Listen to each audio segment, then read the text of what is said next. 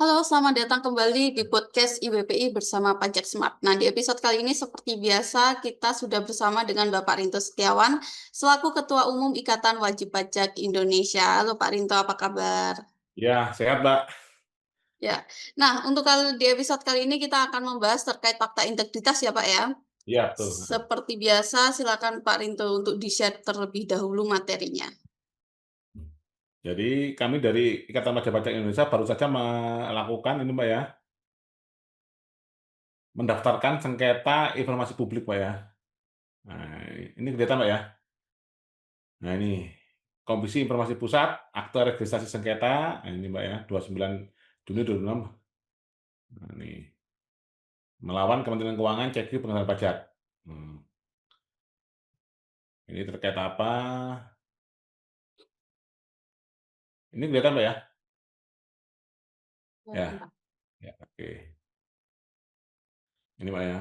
Fakta integritas pengendalian pajak. Mengapa hanya satu pihak yang wajib, Mbak, ini analisis sengketa informasi di Komisi Informasi Pusat. Ini terkait dengan kewajiban membuat fakta integritas hanya dari pihak penggugat, Mbak, atau pemohon banding. Seperti itu, Mbak Liza. Padahal notabene kami selaku wajib pajak ini adalah pemilik kedaulatan, kami menggugat pelayan kita yang tidak becus bekerja, itu kan harusnya mereka yang membuat fakta integritas, Mbak, ya. Malah kita yang suruh membuat fakta integritas. Anehnya, oke lah kita tidak apa-apa kita membuat, mereka malah nggak membuat. Seperti itu, Mbak Aziza. Nah, bayangkan Anda berada di pengadilan pajak sebagai wajib pajak atau kuasa hukum. Anda wajib menandatangani fakta integritas, namun pihak DJP sebagai terbanding atau tergugat tidak memiliki kewajiban yang sama. Mengapa? Dan apa yang terjadi ketika pemerintah ditanya alasan di baliknya? Nih, ketimpangan aturan di ruang sidang. Ini, Mbak, ya, matriksnya seperti ini ya, wajib pajak dan kuasa hukum, status persidangan, berperkara, kewajiban fakta integritas. Ini wajib, Mbak, ya.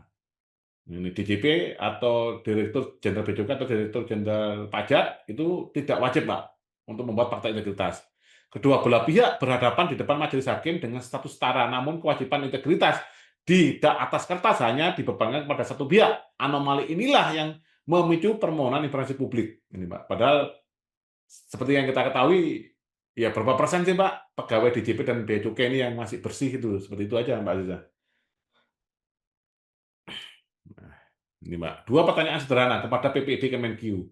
Dasar hukum, apa ada dasar hukum yang mewajibkan wajib pajak dan kuasa hukumnya menandatangani fakta integritas?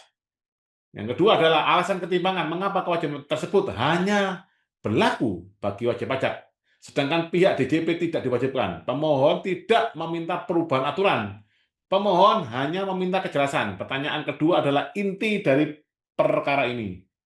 Nah, pertanyaan pertama, dasar hukum terpenuhi. Nah, ini, Mbak, ya, ini SE 5 PP 2016 dan SE 01 PP 2017. PPID Kementerian Keuangan berhasil menunjukkan dasar administrasi yang menjadi acuan penerapan fakta integritas. Secara administratif, informasi keberadaan aturan ini telah diberikan dengan baik. Nah, yang kedua, pertanyaan kedua, informasi belum dikuasai. Ya, ketimpangan alasan.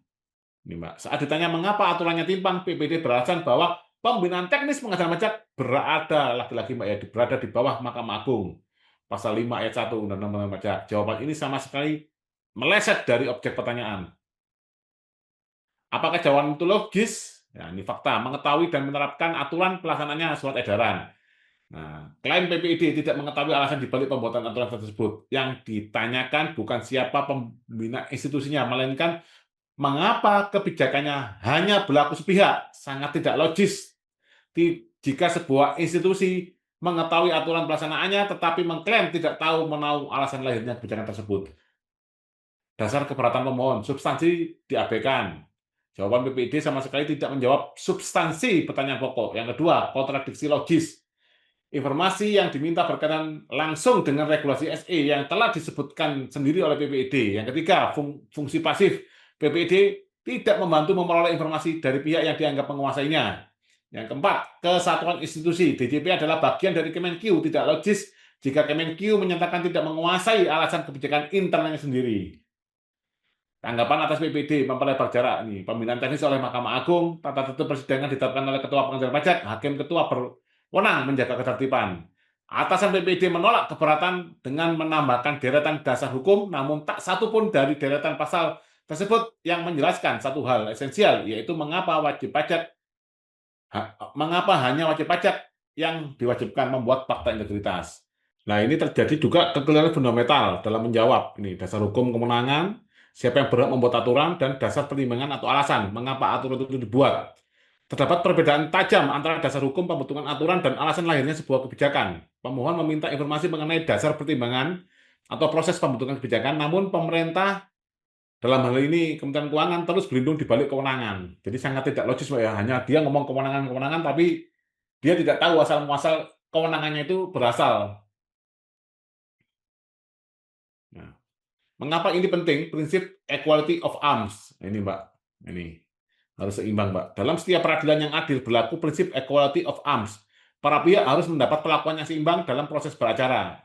Ini kalau di awal saja sudah terlihat ada keberpihakan, bagaimana akan membuat proses putusan pengadilan yang adil seperti itu, Mbak Aziza. Pertanyaan masyarakat tentang ketimbangan fakta integritas ini adalah bentuk permintaan informasi atas pembentukan kebijakan, bukan sekedar opini pribadi. Mengapa sengketa diajukan? Nah, ini permohonan informasi gagal mendapatkan substansi, keberatan ditolak oleh atasan PPD, dan akhirnya ke sengketa KIP di Komisi Informasi Pusat. Pemohon menempuh seluruh jalur administratif secara berurutan. Karena jawaban substansial tidak pernah diberikan, sengketa diajukan sebagai langkah terakhir. Ini, Mbak, eskalasinya ya. Nah, apa yang diminta dari Komisi Informasi? Pertama, mengabulkan permohonan. Yang kedua, memerintahkan termohon untuk memberikan informasi yang dimohon. Tuntutan pemohon sangat jelas dan terukur, tidak lebih tidak kurang. Objek sengketanya bukan menuntut perubahan kebijakan, melainkan menuntut pemenuhan hak atas informasi publik. Ujian bagi pelayanan informasi publik. Ya, ini, Mbak, ya, memberikan dokumen atau administrasi dan menjawab substansi atau akuntabilitas. Ini yang di tengah-tengah ketemunya adalah transparansi yang nyata. Kasus ini melampaui isu fakta integritas. Ini adalah ujian bagi akuntabilitas badan publik. Apakah pemerintah cukup berlindung di balik kalimat kami tidak menguasai informasi, ataukah mereka wajib memberikan penjelasan yang mencerdaskan masyarakat? Transparansi adalah penjelasan, bukan sekedar dokumen. Sengketa ini diajukan untuk mendapatkan kepastian mengenai hak masyarakat atas informasi publik. Seperti itu, Mbak Zia. Oke. Nah, Pak, ketika informasi yang diminta ini justru tidak diberikan secara substansif ya. Nah, dampaknya itu terhadap wajib pajak nih, Pak, terutama itu seperti apa, Pak? Kalau dalam hal ini, Mbak Ziza, dampaknya paling terlihat adalah tadi, Mbak, ketidakseimbangan perlakuan di mata hukum oleh institusi yang namanya pengadilan pajak yang notabene di bawah Kementerian Keuangan, Mbak Ziza. Jadi yang satu pihak diwajibkan membuat ini itu sampai banyak, Pak ya, yang pihak satunya tidak membuat apa-apa. Seperti itu, Mbak Ziza. Padahal pihak yang digugat, nah itu kan lebih sering adalah pihak yang salah, Mbak. Itu kan yang seharusnya membuat fakta integritas. Nah, nanti kalau tidak membuat fakta integritas, kalau mereka sendiri yang menyuap gimana, Mbak? Yang menyuap hakimnya. Oh, itu temannya. Seperti itu, Mbak. Oke. Nah, Pak, kalau sudah seperti ini dari Ikatan Wajib Pajak Indonesia itu solusinya harusnya seperti apa, Pak?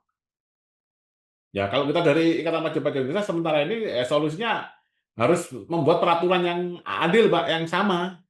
Wong kita ini dua pihak yang sama, seperti itu, Mbak. Kalau kita diwajibkan membuat fakta integritas, sana juga harus membuat, seperti itu, Mbak Ziza. Kita disuruh menunjukkan KTP, sana harus menunjukkan KTP. Nah, itu harus ada regulasi seperti itu. Jangan hanya memihak satu pihak, ini sudah tidak adil, Pak. Bagaimana mendapatkan keadilan yang prosesnya saja sudah ada kecurangan atau ketidakadilan, seperti itu, Mbak Ziza. Oke, Pak. Apalagi kan ini dari wajib pajak kan tadi Pak Rito mengibaratkan sebagai pemilik kedaulatan ya, Pak ya. Iya, betul, Mbak. Rakyat itu pemilik kedaulatan dan mau apa namanya mempertanyakan lah kinerja dari karyawannya, tapi malah Iya. dibuat tidak adil seperti ini, seperti itu Iya. ya, Pak ya. Ya, berarti kesimpulannya kan mereka ini kan sebenarnya kan tidak layak menjadi pelayan rakyat, seperti itu aja, Mbak. Ya. Oke, Pak. Terima kasih banyak Pak Rinto untuk episode kali ini. Kita akan bertemu lagi di episode selanjutnya ya, Pak ya. Ya, betul, Mbak.